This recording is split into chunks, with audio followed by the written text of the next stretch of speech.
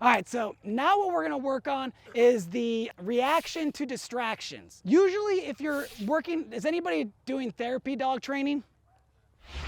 So usually for therapy dogs, they'll have something like somebody walk by with a walker or crutches or a wheelchair. But for you guys, we're gonna use, was Bethany using something specific like a jogger or dropping a chair? Does anybody wanna volunteer as a jogger? Do I have any jogger volunteers? You will? Awesome. Okay, so what we're gonna do is we're gonna put our dogs next to us. You don't have to have your dog in a commanded position. The dog just has to be next to you.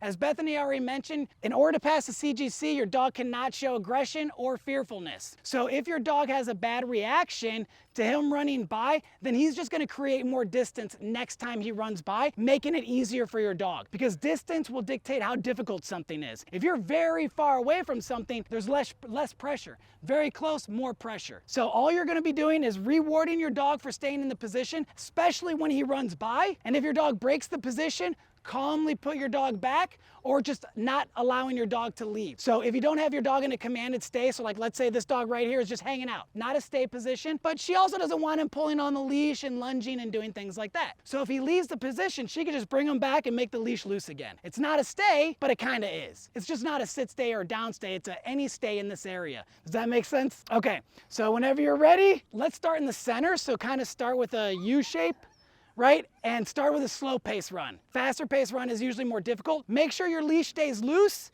and reward your dog when he runs by if they don't react poorly. So yes, reward. Yes, reward. All these dogs are doing really great with him running by. Now we'll do one more lap, just increase the speed a little bit and clap as you run.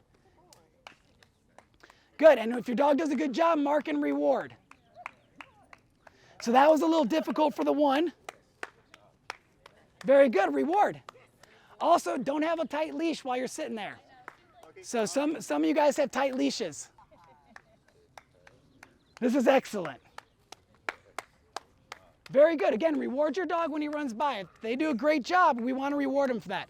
And that's good. Thank you for your help. Super simple. You can add distractions at any point. This is really just desensitizing your dog. It's also known as counter conditioning. If your dog is afraid of something, all we do is we make it predict something the dog likes, changing their perception of whatever it is they're afraid of. So for example, if you knock over a chair and that scares your dog, then what I would do is I would have my dog farther away from the chair. I would knock it over and reward. Simply by creating distance lessens the difficulty. And then we slowly over time bring it closer and closer and closer to where every time you knock over a chair, your dog goes treat, treat, right? And now you've created a strong positive association.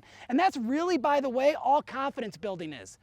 So confidence building is something you want to do with your dog, and all that is exposing your dog to new things and pairing it with something the dog likes, creating a strong positive association. It's super, super simple. And that's something you guys can work at any point in time just by adding noises and rewarding your dog. And again, if it's too much for your dog, increase the distance, lower the volume. That will usually help solve the problem and gradually increase over time. So that's just the stimuli. Any questions on that?